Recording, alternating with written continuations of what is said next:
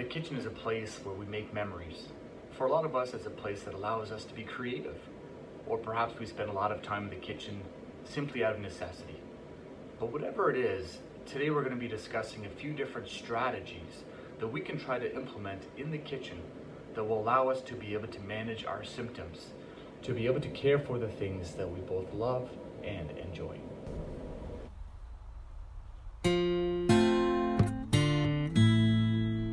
Now, first of all, it's worth mentioning that if you already have techniques that are working well for you around the kitchen environment, please keep on using those techniques. If it doesn't increase your pain, just like the saying goes, if it ain't broke, why fix it? Let's think about 3 essential principles. We call them the 3 P's. Number 1, we have to think about our posture, how we are holding our body while we're doing an activity. Number 2, we have to think about our positioning. How close are we to the task that we are working at? And number 3, we have to think about pacing. Can we take more time to accomplish that task?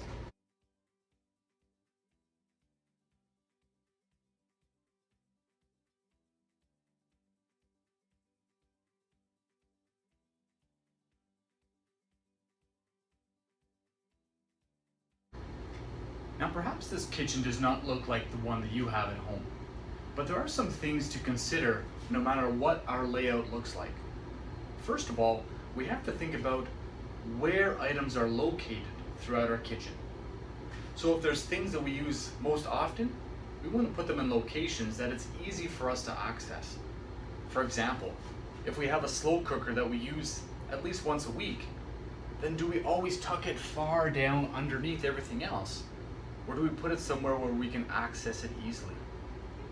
As well, think about our toaster. If it's something that we use every single morning, then try not to put it away somewhere where it's difficult for us to take back out. And if we can even consider leaving it on the counter, that could make it even easier for us. The same is true when it comes to the fridge.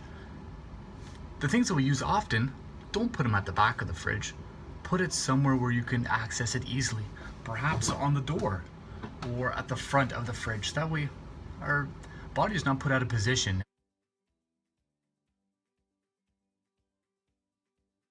Now, I might be a fairly tall guy, but perhaps some of you at home aren't. So what do we do if we have to reach something that's high up on one of the top shelves? Well, here's an idea. Should we do this? You're right. Don't stand on a chair. Instead, get for yourself a stool, something that's sturdy that you'll be able to step up on, to be able to reach. We'll find this to be a lot more comfortable. It allows our shoulders to stay at a nice level. It makes it a lot safer for us to access things that are located high up. I think probably if you took a survey of people, they would say that doing the dishes was one of their least favorable chores to have to do around the kitchen. It's uncomfortable, it takes a long time, and it's hot. We get sweaty when we do it. But when it comes to doing the dishes, there are some things to remember about our posture and our positioning. First of all, as we're standing, check to see what the height of your sink is. When you stand up straight, your fingertips should be able to reach the bottom of the sink. If they can't, then we know that the sink is too low for us, and adjustments need to be made. Adding a grate to the bottom of the sink is an excellent way to be able to raise up the surface to allow our backs to stay up nice and straight, as it prevents the dishes from reaching the bottom of that sink. If we still find that to be an issue, there are other options as well. If need be, we could even use a plastic tub on the side, which we could fill up with water. That will again allow us to keep our posture proper. After washing the dishes for several minutes, our back can quickly become fatigued. One thing that we could do to be able to ease our back, for some of us, we could be able to put one foot up on a stool. We may find this to be more comfortable for our positioning of our back. Of course, in most kitchens, there are cupboards underneath the sink. So what we could do, we could open those up and place one foot inside the cupboard which will again allow that back to take a little bit of a break as it stays in a more neutral position. As well, another option is to be able to pace out our activity. Perhaps we could do some washing at one point, and then a little bit later we can move on to finish off with the drying. Or there's even a better idea. Or what we could do is after something is washed, we could then place it into the drying rack to be able to allow it to air dry. Not only does that save us time, but it saves us energy as well.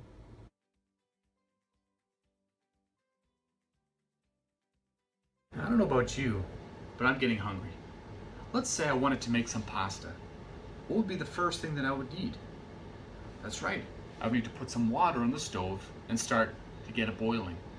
So how would I go about doing that so as to conserve energy and to be able to keep proper posture and positioning?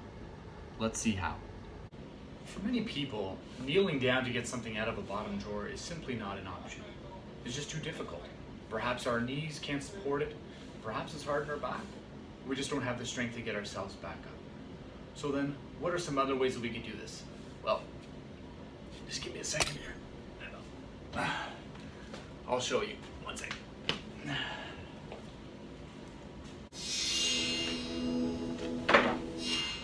As you'll see, to make a lot of chores easier, having a stool close by is just the thing that you need. So now to reach into my lower drawer, now I can slide it out to be able to select whichever pot that I would desire. Now some things to think about when it comes to the dishes that we use, try to see if you can find some that are a little bit lighter, easier for us to lift. That way we're not always straining our backs if we try to lift and put things away, or when we go to take something out. So I said that I'm going to be making some pasta, so let's find an appropriate pot. Here's the one that I need. So now that I've chosen my pot to use for my pasta, I need to be able to fill it up with water. Oftentimes we'll place that pot on the bottom of the sink and then proceed to fill it up. But unless we have a lot of arm strength or wrist strength, it can be difficult for us to be able to take it out of the bottom of the sink and over to the stove. So what are the other options that we could use? Well, if you have a double sink, then what you could do is rest your pot on the dividing portion and fill it up from there. Because then we only have to balance it, and it makes it a lot easier on us. So that's option number one. Another thing that we could do is use a pitcher or a separate container that's a little bit smaller that we can make multiple trips back and forth to fill it up, if we find that to be easier for us. Again, if you have a method that already works for you at home, then carry on with that method. These are suggestions. If it works for you, then great. Okay, so now my pot is filled with water. Now how do I transport it though from the sink over to the stove to be able to get it to boil?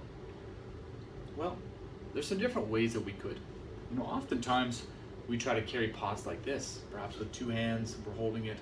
But again, that's very difficult for our wrists, and that can cause a lot of pain, both for our arms, for our shoulders, even for our back. Now, one principle when it comes to lifting is to keep a load close to us, as that puts less force on our spine. So then to be able to carry that over, as the pot is still cold, we could place one hand underneath the pot, one hand on the handle, and then keep it close to our body. This will allow us to be able to transport it safely. So that's one option that we could use. Here's a second option that perhaps you would like, but it only works if you have countertops that connect your stove to your sink. Let me demonstrate. So I have my pot filled up with water.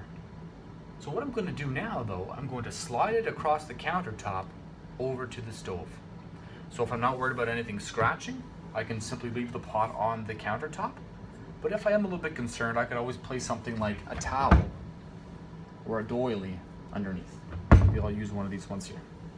A little cloth to let it slide a little bit easier. And now I can slide that across nice and gently. And then from this point, I can lift that on. Now I'm ready to get it to start boiling. Now for my pasta, I'm only going to need about 1 cup's worth, right? It's just for demonstration purposes. That should be about enough. Whoa, whoa.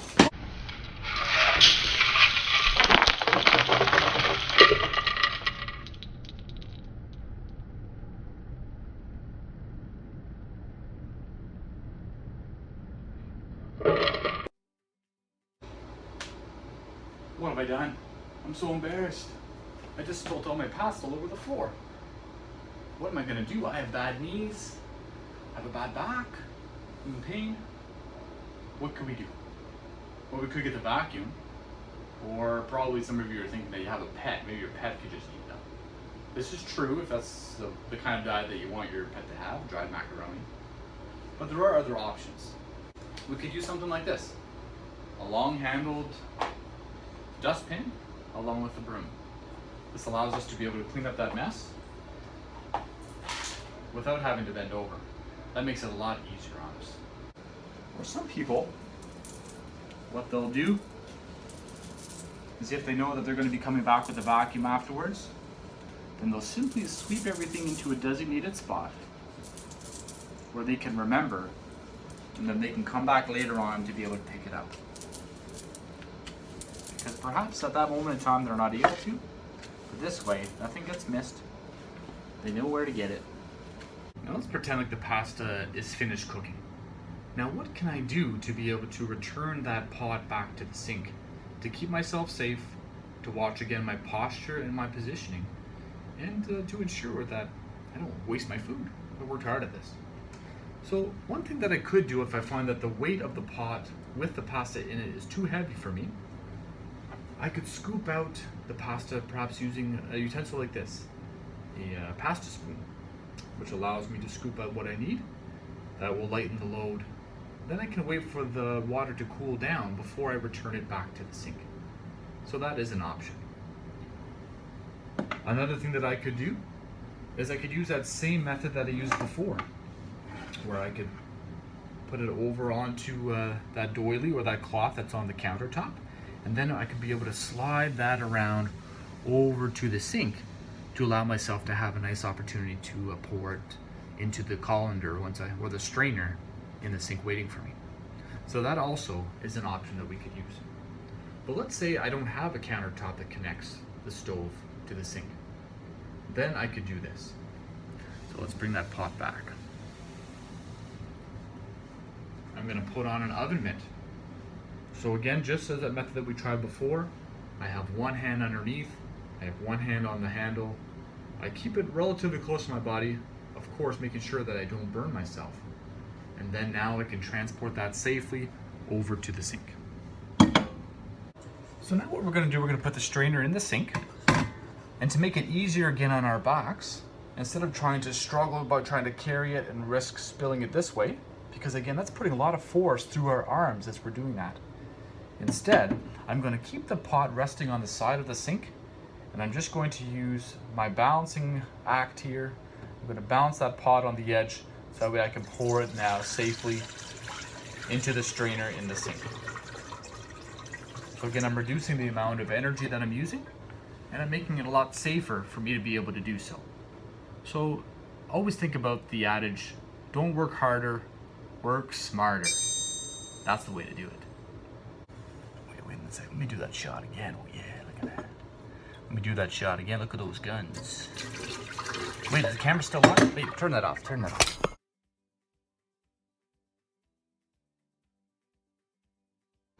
I hope you guys don't mind. My wife, she asked me to do a little bit of preparations for supper tonight. I gotta chop this bag of potatoes, a bag of carrots. Actually, I probably have another 20 kilograms of potatoes that I gotta chop all by myself. How am I supposed to do that? I just don't know if I'm ever gonna get all these potatoes chopped. I can't do this on my own.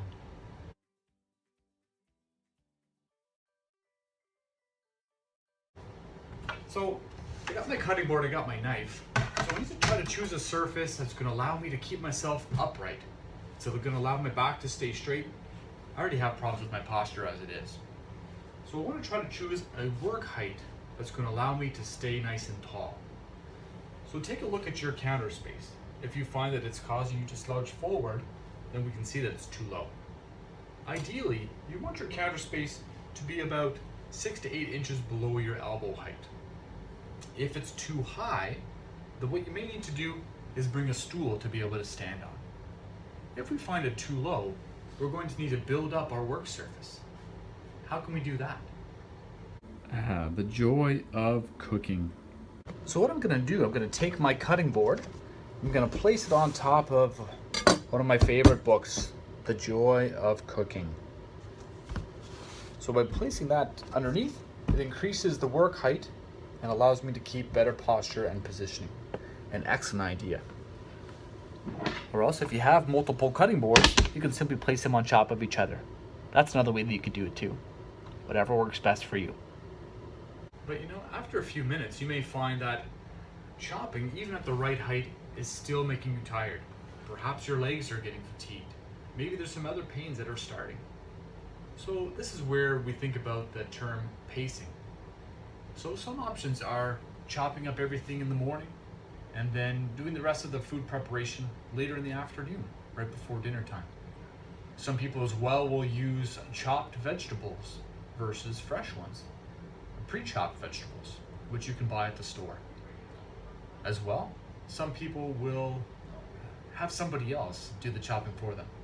Think about that term, delegating. That's a great area where you can have somebody give you a hand, maybe another family member or a friend.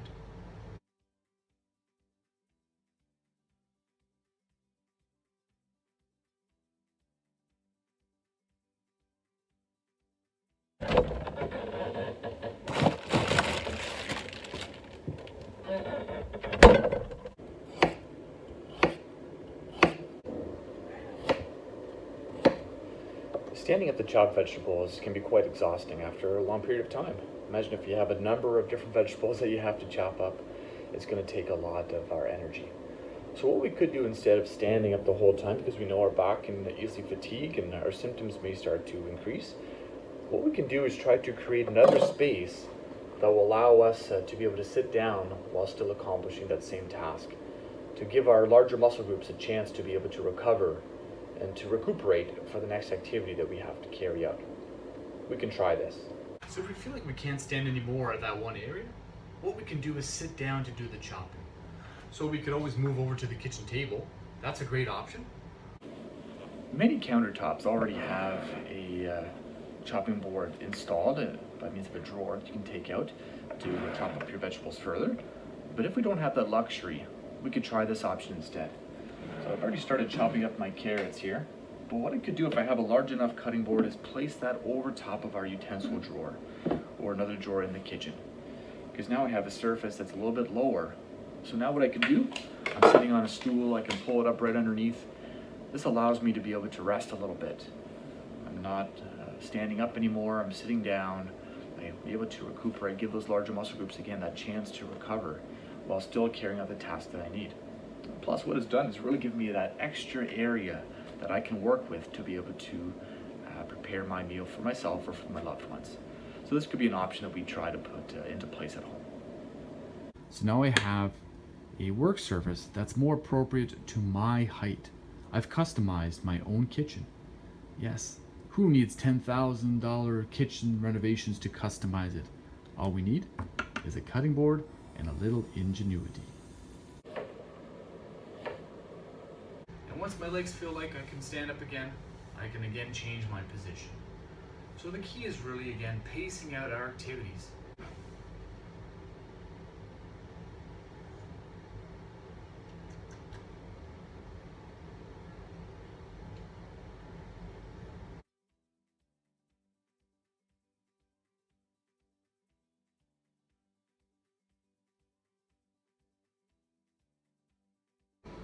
Now many people, like myself, we do not have a dishwasher, so we have to do everything by hand. But for some of us, perhaps we have that luxury. So how can we be sure that we load and unload the dishwasher and again watching our posture and our positioning? Well, we think about again delegating. Perhaps having somebody else help us with this task may be the best idea if we have the resources available to do so. If not, here's some helpful tips. First of all, when we have to lean down and look down into the dishwasher, again, we think about our trusty stool. If we can put that close by, that can help to protect our backs. So instead of having to reach down, we sit on the stool. So I'm sitting on my stool at the dishwasher. Now we can very easily slide out the trays to be able to remove the dishes. Now, unfortunately, I don't want to remove these dishes. These are from today. These haven't even been cleaned yet. What is that anyways? Well, maybe tomorrow we'll try this again. But when it comes to using the dishwasher, one thing that's nice to know is that our utensil tray is easily removed. So instead of having to turn and twist to be able to remove them, we can take out that whole tray and bring it over to where the cutlery drawer is. Now, oftentimes the problem when it comes to unloading the dishwasher is that as we're using it, we pick things up and we turn and we twist right away to be able to put it away. We don't want to do that. Instead, we can take out one dish at a time, place them on the countertop, and then after we have our piles and we closed up everything else and we put that away, and then we can proceed to put things back on the shelves where they belong. Very important because that helps our posture, keeps us from twisting and torquing our spine, and allows us to help manage our pain. So that way it does not increase on us. Now let me close this up because this stinks. Oh. Now let's talk a little bit about using the stove. What can we do to make sure that we are not increasing our pain while we're working in this sort of an environment? Well, no doubt probably a lot of you at home do not have a stove that opens up to the side like this, one that's nice and raised. Of course, here in the occupational therapy department, to ensure everybody's safety and for people to be able to use it efficiently, we have only the best. But what about you at home? Do you have one like this? I'm assuming you probably don't. So let me take you somewhere where we have an example like this we could use.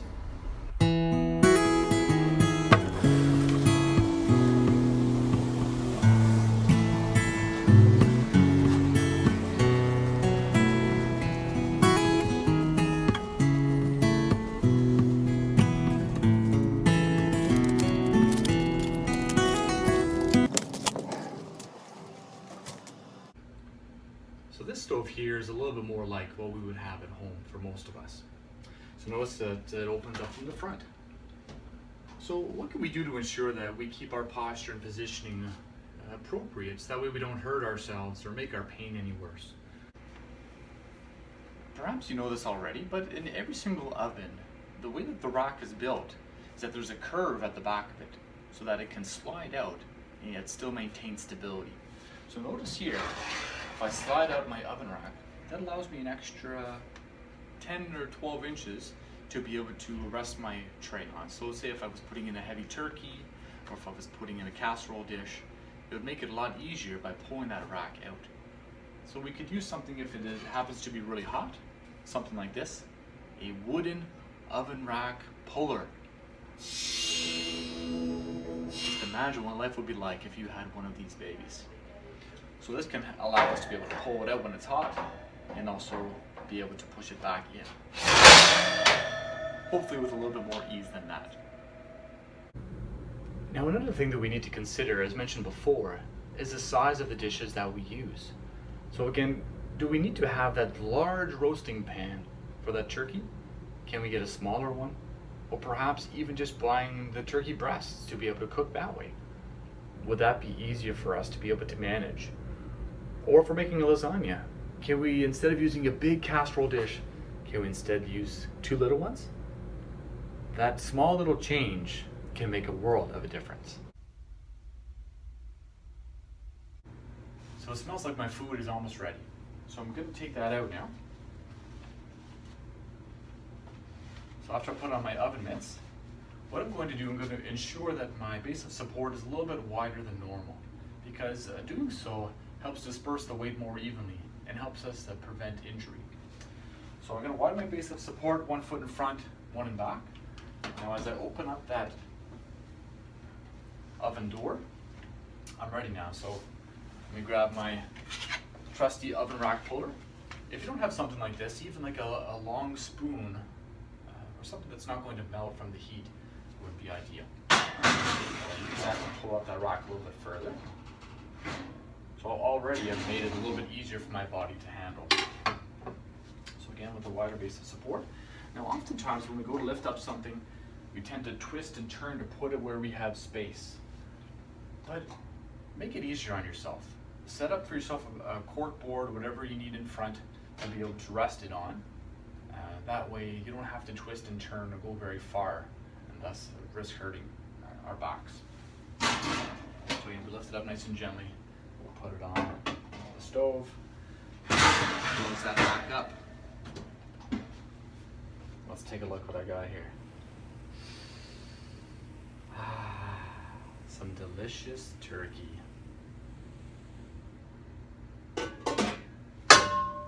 Oh! Just kidding. But again, remember, if you can delegate that task to somebody else, then all the better.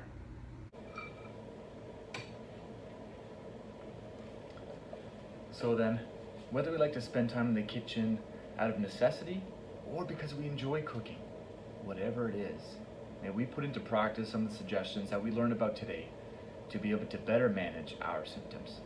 Now, if you excuse me, something smells great. I better get back to it.